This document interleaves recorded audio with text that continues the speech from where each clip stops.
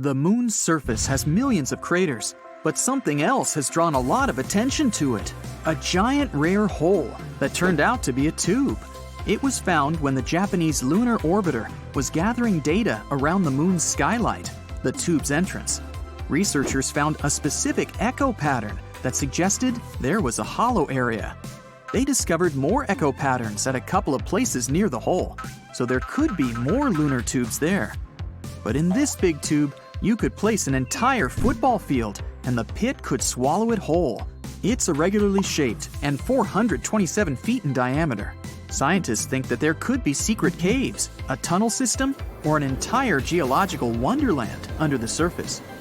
It could be a good shelter for astronauts that land on the moon, or even be a harbor for a lunar colony. No one ever managed to stay on the moon for more than 3 days because of the conditions on the satellite. It has a wide range of temperatures, low atmosphere, and no magnetic field that would protect life on the surface from things like radiation or harsh sun rays.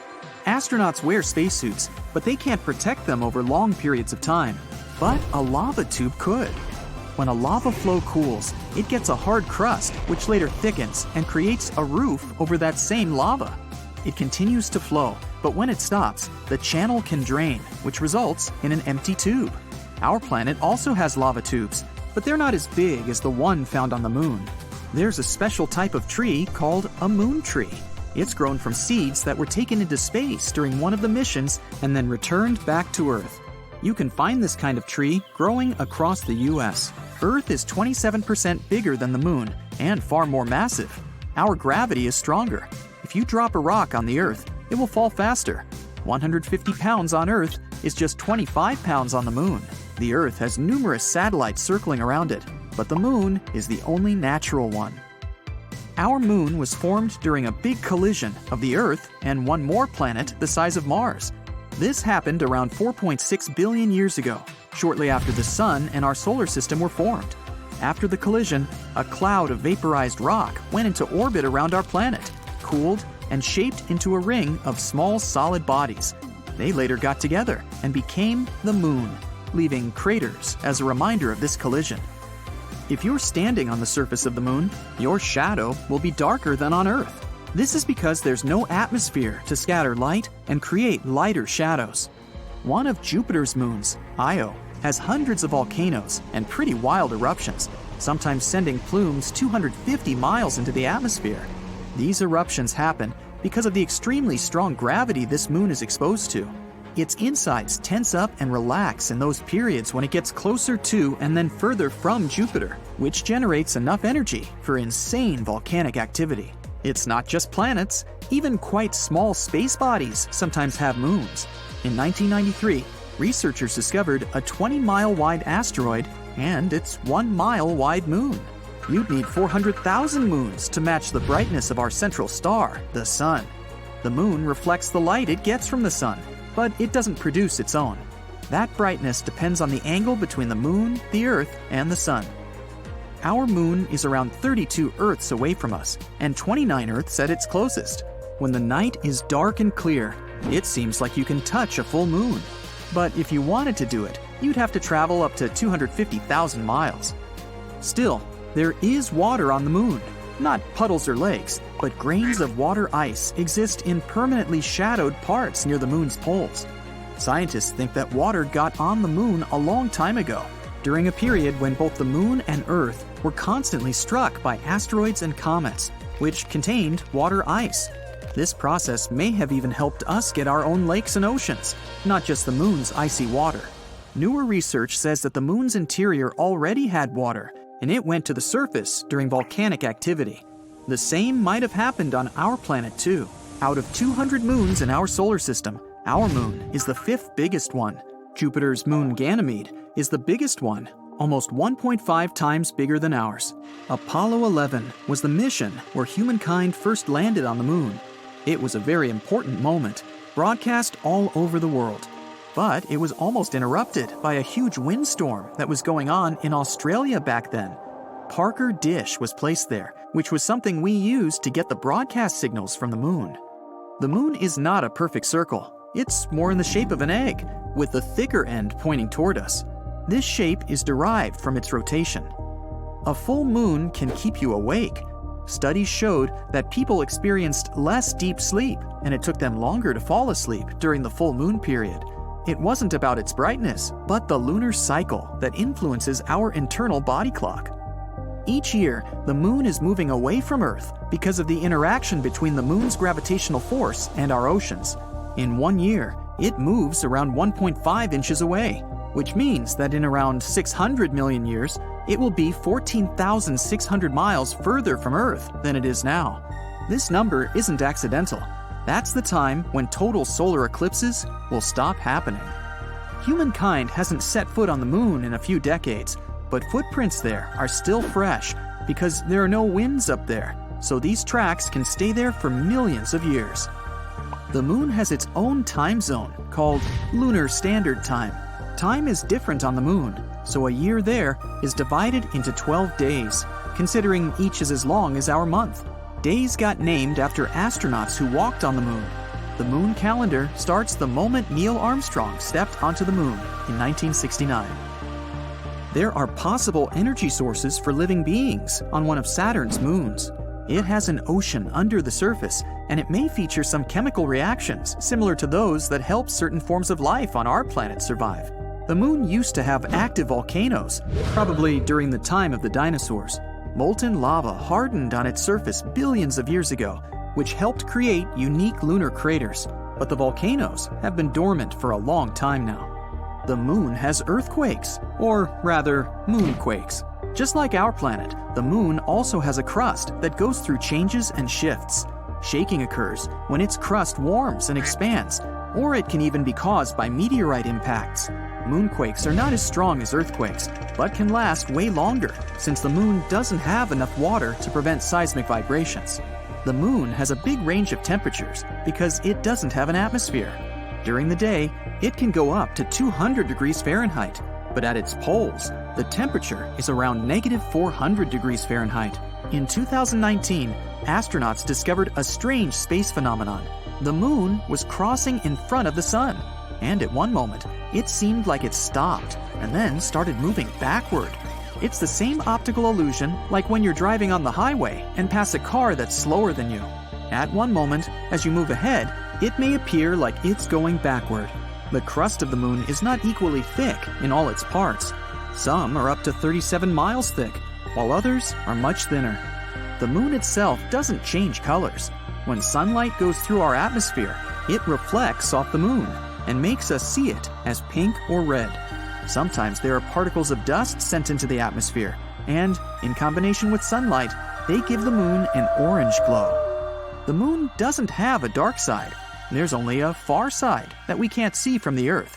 The moon spins on its axis once and makes a circle around the Earth, all in the same amount of time, which is why we only see its one face the entire time.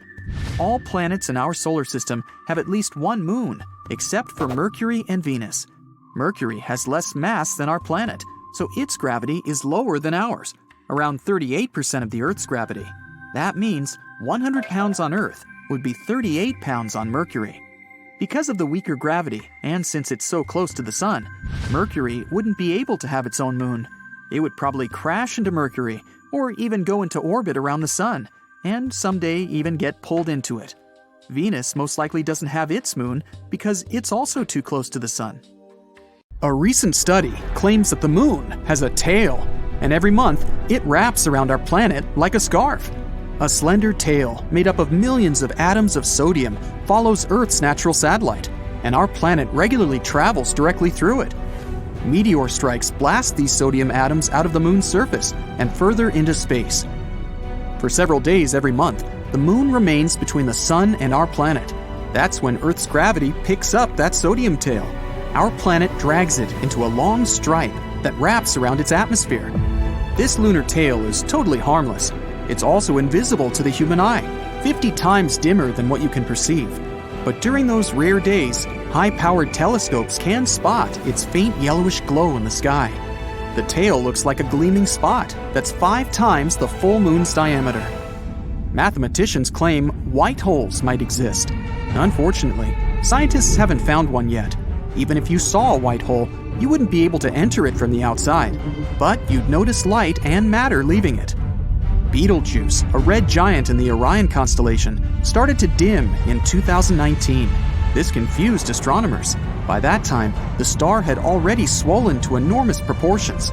If it was to replace our Sun, its outer surface would spread far beyond Jupiter's orbit. And then Betelgeuse became dimmer in the fall of 2019. This process continued through February 2020. The changes could already be seen with the unaided eye. No wonder, the star's brightness had dipped by 2/3. At that time, astronomers were sure Betelgeuse was about to explode into a supernova. They continued to observe the star, but unexpectedly, it returned to its regular brightness in April. Thanks to the Hubble Space Telescope, scientists figured out that the star had ejected some of its material, and this partially blocked its light. Our Milky Way galaxy and the Andromeda galaxy, our closest neighbor, are going to meet. But it'll happen in about 4 billion years. When they collide, an enormous elliptical galaxy will be formed. There might be more water on the moon than scientists thought before, and not only on its dark side, but also its sunlit side. This water is likely to come in handy during the already planned missions in the future. Cotton candy exoplanets are particular planets outside of our solar system, also called superpuffs. They have the lowest density ever discovered. This gives them an airy, fluffy appearance. But despite looking like the most popular amusement park treat, these planets are enormous. The Juno mission has noticed something weird in the upper atmosphere of Jupiter. The unusual phenomenon was blue sprites and elves twirling above the planet. These are two kinds of bright flashes of light that appear for short periods of time, mere milliseconds. They extend up and down toward the surface of the planet. On Earth, such flashes usually happen at a height of 60 miles above massive thunderstorms. In the universe, there are not only dwarf planets, but also dwarf galaxies. They have from 1,000 to a few billion stars. For comparison, the Milky Way galaxy is made up of 250 to 400 billion stars. A storm the size of our planet keeps raging on Saturn. It's called the Great White Spot. The storm has a tail of white clouds, and it encircles the entire planet. The storm occurs every 30 years or so, when Saturn's northern hemisphere tilts toward the sun. At first, the storm is indeed just a spot, and then it starts stretching in length. That's because the Great White Spot is a huge system of thunderstorms. But the main mystery puzzling astronomers is where the storm gets its energy from. Some scientists think it might be powered by the sun. Others disagree. They say the storm's cloud pattern only makes sense if there's an internal heat source that can power the winds. Rogue planets don't orbit their stars, maybe because they don't have any. These free-floating space bodies travel across the universe and can end up literally anywhere. They're also very hard to find. Rogue planets don't produce light. Neither do they emit heat, which means they can't be seen in infrared light. But not so long ago, astronomers spotted the smallest rogue planet in the Milky Way. It's smaller than Earth, but a bit bigger than Mars. The Moon seems to be shrinking. Earth's natural satellite is now 150 feet smaller than it used to be hundreds of millions of years ago. The reason for this phenomenon might be the cooling of the Moon's insides. It could also explain the quakes shaking the surface of our planet's natural satellite. Astronomers have recently found out that Mars is seismically active. Mars quakes occur there on a regular basis. Scientists often discover strange things in space. Many of them look like blurry blobs. But there's one type of these blobs that doesn't look like any other known space body. The odd radio circles are only visible in radio telescopes. They aren't the remains of supernovae or a bizarre optical effect. Some astronomers go as far as to claim that they might be the throats of wormholes. Those are hypothetical tunnels between black holes. Fast radio bursts are blindingly bright bursts of radio waves. They pack as much energy as our sun produces in days, but last for mere milliseconds. Most of these fast radio bursts came from far, far beyond the Milky Way. But recently, astronomers have detected some originating in our home galaxy, and their source was a magnetar, just 30,000 light-years away from our planet. Any liquid floating in outer space forms itself into a sphere. This phenomenon also occurs in low Earth orbit. Not so long ago, scientists discovered that one of the most massive stars in the neighborhood just disappeared. It was a star 75 million light-years away from Earth. Normally, it'd be too far away for astronomers to clearly see individual stars, but only unless they're huge. And the star we're talking about was enormous. It was shining 2.5 million times brighter than the Sun. Astronomers saw the star for the last time in 2011. They decided to examine it more closely several years later, but it was already too late. The star had vanished. Such massive stars usually go out in an extremely bright supernova, but astronomers noticed nothing like that in this case. There's a theory that the star collapsed into a black hole without triggering a supernova first. It does occur among stars approaching the end of their lives, but very, very rarely. In billions of years, the universe is likely to expand so much that we won't be able to see any stars in the sky. All planets in the solar system emit radio waves. They're especially strong if we talk about Jupiter. This planet has the biggest and most powerful magnetic field. But astronomers couldn't detect any radio waves coming from a planet outside the solar system.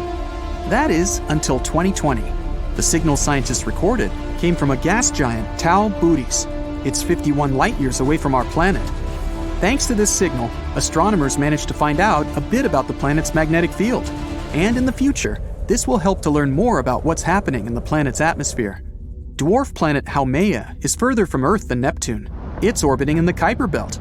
That's a donut-shaped ring of ice objects circling the Sun. Elongated Haumea has 2 moons. A day on this dwarf planet lasts 4 Earth hours. All in all, this space body is rather bizarre.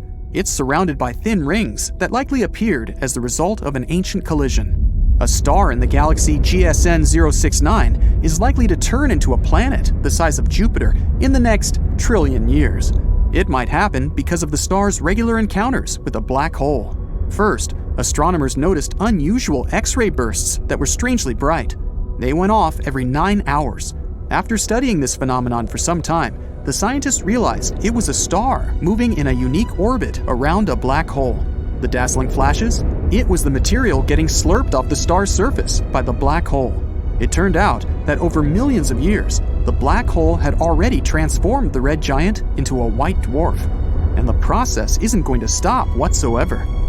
Astronomers have found some traces of phosphine in the atmosphere of Venus. On our planet, this gas, colorless and flammable, is often found where microbes live. No wonder a new theory suggests there might be life on Venus. But even if there was some life on the evening star, it could have only appeared in its atmosphere. Probably no living organism would be able to survive the planet's extreme environment. Venus's surface is extremely dry. There's no liquid water on the planet, and the pressure there is 90 times greater than that on Earth's surface. The temperatures often rise higher than 900 degrees Fahrenheit. That's hot enough to melt some metals. Every April, a group of scientists observes the faint glow of asteroids passing by our planet. One year, they realized there was something weird shimmering in their telescopes. The team expected it to be another asteroid, but they ended up very surprised because what they discovered was an unusual space rock that didn't consist of the minerals that usually make up asteroids. It was made of silicate, the material mostly found on the Moon. They named it Kamo'oliwa, which is a Hawaiian word that means wobbling celestial object. The rock didn't match any near-Earth asteroids scientists had already been familiar with. Instead, that piece had a pattern of reflected light, similar to that of the moon rocks astronauts had brought back from NASA missions.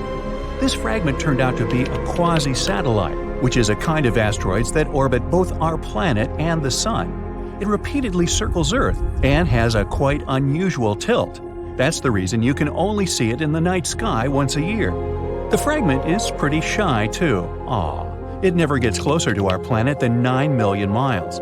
That's almost 40 times as far away as the Moon. Plus, this space body often hides in the shadows.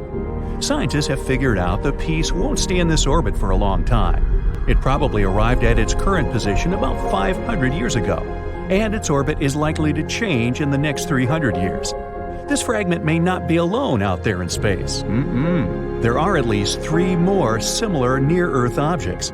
They may have all come from the same place. Researchers aren't sure yet about the nature of the rock, But they can find out more about this unusual space object if they send a spacecraft to collect samples and bring them to Earth. That's something China's space agency is planning to do later this decade. Now, the moon appeared in the middle of chaos. There are several theories about how that happened. The first one claims the moon used to be just a wandering body, similar to an asteroid. It formed somewhere in our solar system. Once, it approached too close to Earth and got captured by our planet's gravity. The second theory says that our planet was spinning so quickly that some material broke off and started circling around it. One of the largest pieces was the moon. The third theory says that the moon was formed at a time when our planet was going through its own formation process. But today, the most widely accepted theory goes like this. Once, a long, long time ago, but not in a galaxy far, far away, Earth collided with a Mars-sized planet. The debris and clouds of dust from the collision gathered around our planet and started circling it. Eventually, something that we today know as the moon formed there. Apollo missions brought more than 1/3 of a ton of soil and rock from the lunar surface. These rocks showed that the moon had mostly the same building materials as our planet. This might mean they have a common history. If the moon had been formed somewhere else and had been eventually captured by the gravitational force of our planet, it would have a different composition. Also, if it had been created at the same time as our planet or had once broken off, there would be the same minerals on both the moon and Earth. But the minerals on the moon contain less water. Plus, our planet's natural satellite is rich in materials that form fast at high temperatures. Now, the moon isn't the only space body in the solar system with a mysterious past. Hippocamp is Neptune's moon, discovered in 2013. It's the smallest moon of this ice giant, a mere 21 miles across. It's very close to Proteus, the biggest of Neptune's inner moons. And no, Hippocamp is not a place for big African mammals to spend the summer. Scientists think Hippocamp probably formed from debris after Proteus collided with a comet. If Hippocamp had entered Proteus's orbit from some other place in our solar system, the bigger moon would have either swallowed it or booted the tiny moon away. But not even Proteus itself is among the first generation of Neptune's moons. It was formed from the remains of the planet's earliest system of moons. Those first moons were destroyed when Neptune captured Triton, currently the largest of its moons. The main evidence proving the collision was likely to happen is the fact that Triton circles around Neptune backward, unlike other moons orbiting the planet. Neptune captured Triton from the Kuiper Belt. That's an area filled with icy objects and rocky debris stretching beyond Uranus. That means Hippocamp is a third-generation moon, kind of like a second cousin twice removed or something. Now, the Sun also had a turbulent past. Our star appeared about 4.6 billion years ago. It's hard to study its early stages of life since that happened 50 million years before our planet was even formed. But recently, a team of researchers has discovered crystals that are over 4.5 billion years old. Hidden deep within meteorites, they've revealed some things about the past of our Sun. Before the planets were formed, our solar system had consisted of a central star and a massive disk of dust and hot gas spiraling around it. As the dust and gases cooled down, they turned into minerals, including the crystals found in the meteorites that landed on our planet. Those ancient materials were irradiated, unlike some younger substances. Researchers think something might have happened to the Sun after those crystals were formed. Perhaps the activity of our star was less intense then. Or maybe, for some reason, these younger materials couldn't travel to the areas where irradiation was possible. Dwarf planets give us a chance to sneak a peek into the ancient years of the solar system. Around 4 billion years ago, Jupiter's, Saturn's, and Neptune's gravitational forces joined. They sent asteroids and comets hurtling across the solar system, making them collide with different planets. All the dwarf planets from the Kuiper Belt, for example Pluto, Eris, Haumea, Makemake, have their own moons that likely formed after some powerful collisions. Icy debris in orbits similar to Haumea's, for example, can prove the theory of an ancient collision. The debris it created simply didn't have enough energy to float away from the dwarf planet's gravitational pull. Ceres, another dwarf planet, has ammonia-rich clays on its surface. Ammonia isn't stable at the temperatures prevailing on Ceres, but there's plenty of this substance in the outer solar system. It means that Ceres was probably formed in those outer parts and got kicked inward. After all, the gas giants were migrating a lot at those early stages of the solar system. Or the dwarf planet could have formed in an asteroid belt, and ammonia somehow, let's say after a powerful impact, appeared on the dwarf planet. Ceres might help scientists understand icy moons better. The ocean floor on Earth has a high concentration of carbonate minerals, and some parts of Ceres have them too. This means this dwarf planet is like some sort of fossilized ocean world. Many exoplanets, a term used for planets outside the solar system, have also gone through pretty intense collisions in their early stages. This double star system is more than 300 light-years away from us, and its stars are at least 1 billion years old. Even though it's not young, this system still shows some signs of swirling clouds of dusty debris that haven't cooled down yet, which isn't something you'd expect from a star system of this age. This debris is still warm. It means there might have been a strong collision of two planets or some other space bodies of similar size in that region, and relatively recently. So hey, everybody just simmer down. Dust particles circle around a young star. They stick together and grow bigger with time. That's how planets form. The leftover dust often settles in some distant cold areas. An example in our solar system is the Kuiper Belt. It's located far away beyond Neptune. As solar systems evolve, those particles keep colliding until they're so small they end up being pulled into nearby stars or kicked out of the system. Uranus spins on its side if you compare it with the rest of the planets in our solar system, and the only way we can explain it is a powerful collision in the past. Something much bigger than a regular comet or some other space body of similar size likely hit Uranus and knocked the planet on the side. It was probably a planet twice the size of Earth. It could be a protoplanet. This is a space body made up mostly of ice and rock that orbits a star and is likely to develop into a planet sometime in the future. Anyway, the fallout from the impact smothered the core of Uranus. It prevented the heat inside the planet from escaping. This might explain why Uranus has extremely cold temperatures on its surface. Man, bring a jacket and a blanket.